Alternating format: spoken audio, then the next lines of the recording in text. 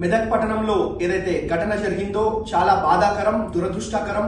ఎవరైతే కొంతమంది వారి స్వార్థం కోసం మా మెదక్ శాంతి భద్రతలకు భంగం కలిగిస్తూ మా మెదక్ ప్రజలను ఎవరైతే ఇబ్బంది పెడతా ఉన్నారో వారందరి మీద కూడా కఠినమైన చర్యలు తీసుకోవాలని చెప్పి డీజీపీ గారిని కోరడం జరిగింది. ఇందులో ఎంత పెద్ద వారున్నా ఎవరున్నా ఉపేక్షించేది లేదు, వదిలేది లేదు. అందరి మీద కూడా కఠినమైన చర్యలు తీసుకుంటాం.